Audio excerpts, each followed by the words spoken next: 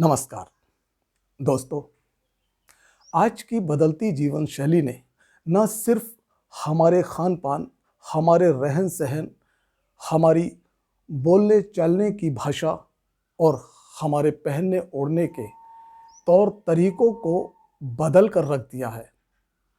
न सिर्फ खान पान के तौर तरीकों को या बोली भाषा के तौर तरीकों को बदला है, बल्कि मानवीय रिश्तों को भी दरकिनार करके रख दिया है। दोस्तों, एकल परिवार की जीवन शैली ने तो अपने मानवीय रिश्तों के सेंटीमेंट और इमोशंस को ही खत्म कर दिया। ऐसा लगता है इंसान सिर्फ और सिर्फ अपने लिए जी रहा है। तरक्की करना दोस्तों कोई बुरी बात नहीं है। तरक्की करना चाहिए, सबको करना चाहिए। लेकिन बुरी बात यह है कि जो माता पिता अपने बच्चों की उंगली पकड़कर उन्हें कामयाबी के रास्ते पर चलाते हैं, उन्हें ऊंचाइयों की सीढ़ियां चढ़ाते हैं, वही बच्चे जब कामयाब हो जाते हैं तब अपने माता पिता को भूल जाते हैं। उन्हें ऐसा लगता है कि जैसे उनके पुराने ख्यालात के माँ बाप उनके स्टेटस और उनकी सोसाइटी के लायक नहीं हैं। ऐसे माँ बापों को या तो बच्चे ओल्ड एज या वृद्धा आश्रम का रास्ता दिखा देते हैं, या उनके सामने ऐसी समस्याएं पैदा कर देते हैं कि वो खुद ब खुद उनके घरों को छोड़कर चले जाते हैं। ऐसे ही मानवीय रिश्तों की कहानी है आज कर्ज। आइए सुनते हैं कहानी कर्ज, जिसे सुनकर आप भी बहुत कुछ सोचने के लिए मजबूर हो जाओगे। दोस्तों, शहर के पॉश एरिया में रहने वाला सॉफ्टवेयर इंजीनियर अभी जब एक बुजुर्ग से अपना कर्जा वसूलने जाता तो उसके साथ उसका 7 साल का छोटा बेटा विशेष भी होता। अभी ओल्ड एज होम से उस बुजुर्ग को अपनी गाड़ी में बैठाकर बैंक तक ले जाता। बुजुर्ग बैंक से अपनी पेंशन निकालकर अभी के हाथ पर रख देता। अभी पेंशन अपनी जेब में रखता और उस बुजुर्ग को उसके ओल्ड एज होम में छोड़कर अपने घर निकल जाता। दोस्तों, एक दिन बैंक खुलने में थोड़ा समय था। अभी को भी अपना एक काम याद आ गया।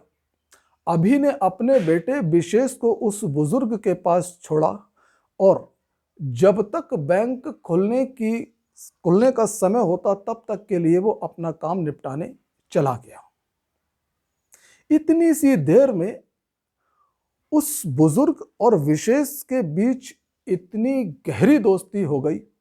दोनों एक दूसरे से इस तरह घुल मिल गए, एक दूसरे से इस तरह हिल मिल गए जैसे दोनों एक दूसरे के पुराने परिचित हैं।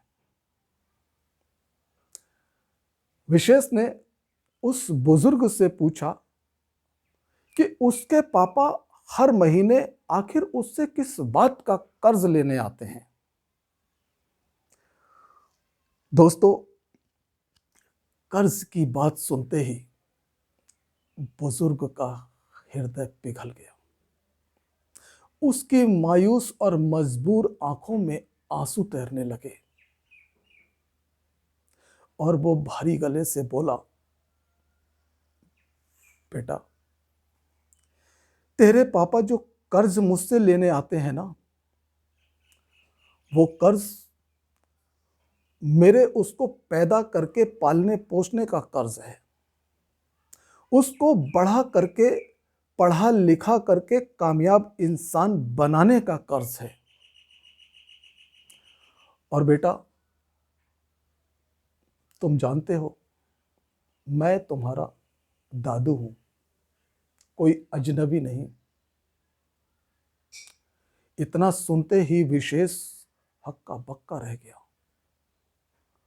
बहुत सारी बातें उसके दिमाग में, उसके ख्यालों में चलने लगी।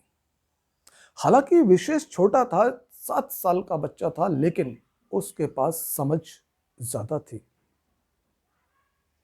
उसने कहा, आप मेरे दादू हैं? और पापा तो कहते हैं, कोई बात नहीं बेटा, पापा जो भी कहते हैं उन्हें कहने दो, पर मैं तुम्हारा दादू हूं बेटा। मुझे ओल्ड एज होम में बिल्कुल भी अच्छा नहीं लगता है। मेरा दम घुटता है वहां पर ओल्ड एज होम में। मेरा मन करता है कि मैं यहां से निकल कर अपने घर चला जाऊं। मैं तेरे साथ रहना चाहता हूं बेटा, तेरे साथ खेलना चाहता हूं, तेरे साथ बहुत सारी बातें करना चाहता हूं। मेरा मन करता है बेटा कि मैं अपने हाथों से तेरा बर्थडे मनाऊं, लेकिन मजबूर हो जाता हूं। मैं कई बार तेरे पापा से इस बात को कह चुका हूं कि मैं ओल्ड एज में नहीं रहना चाहता हूं, मुझे घर ले चलो, लेकिन तेरे पापा मेरी नहीं सुनते। इतना कहकर वो बुजुर्ग फूट फूट कर रोने लगा। उसकी गिग्गी बंध गई। विशेष ने अपने नन्हे हाथों से उसकी आंखों के आंसुओं को पोंछा। बुजुर्ग ने उसको अपने कलेजे से चिपटा लिया और बोला, बेटा,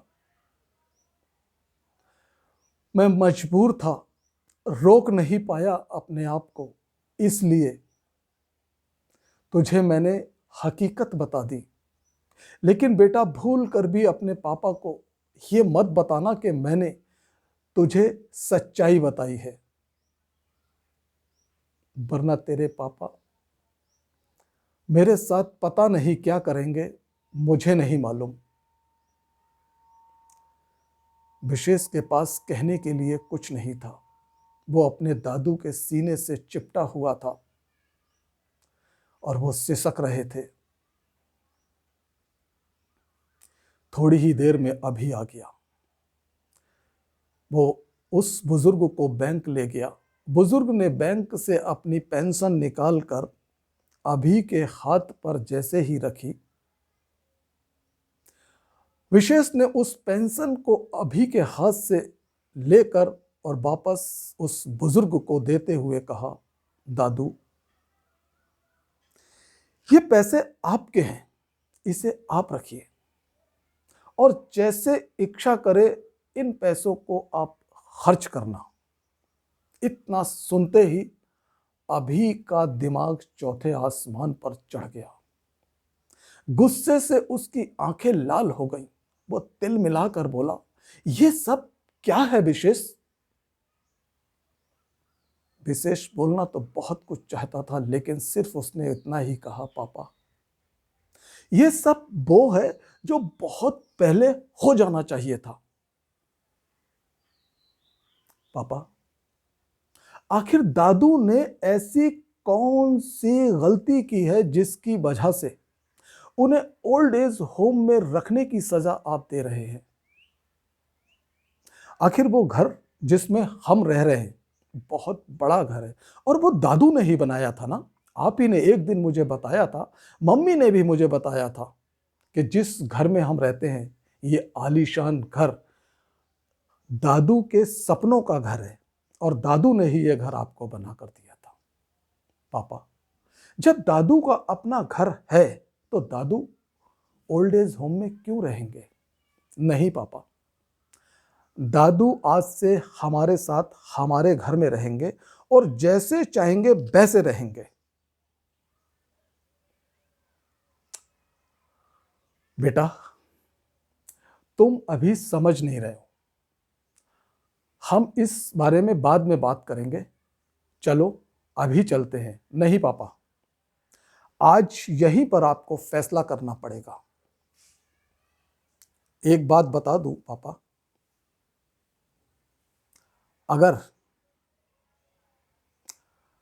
आप बड़े होकर, बुजुर्ग होकर, रिटायर होकर ये नहीं चाहते कि मैं आपको ओल्ड एज में भर्ती करके आपसे दादू की तरह ही कर्ज लेने आया करूं, तो प्लीज़ दादू को घर ले चलिए, वरना मैं दादू के साथ ओल्ड एज होम में रहने चला जाऊंगा।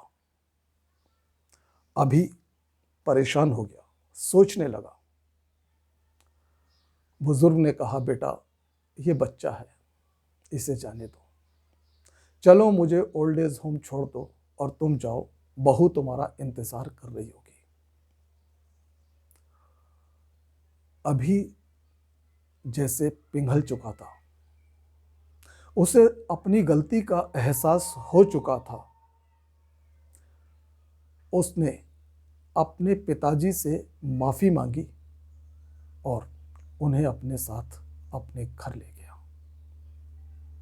दोस्तों, आज हमारे समाज में ये बहुत हो रहा है। जो माँ बाप अपने बच्चों की खुशियों के लिए अपने सर्वस्व को न्यौछावर कर देते हैं, मेहनत मशक्क़त करके रात दिन उनकी पढ़ाई लिखाई और उनकी खुशियों को पूरा करते हैं, उनके शौक़ पूरे करते हैं, सिर्फ और सिर्फ इसीलिए कि जब उनका बच्चा बड़ा हो जाएगा तो उनके बुजुर्गी के समय में वो उनका साथ देगा। सोचिए दोस्तों, क्या हमें ऐसा करना चाहिए? हमें आज जिस बुजुर्ग को हमने अपने आप से अलग कर दिया, उस बुजुर्ग को हमें अलग करना चाहिए। दोस्तों, हमें ये सोचना चाहिए, आज नहीं तो कल। अगर आज हमने अपने पिता के माता के साथ करा है तो कल हमारे साथ भी ज़रूर होगा। इस बात को ध्यान से सोचिए और खूब सोचिए। आज के वीडियो में बस इतना ही। नमस्कार।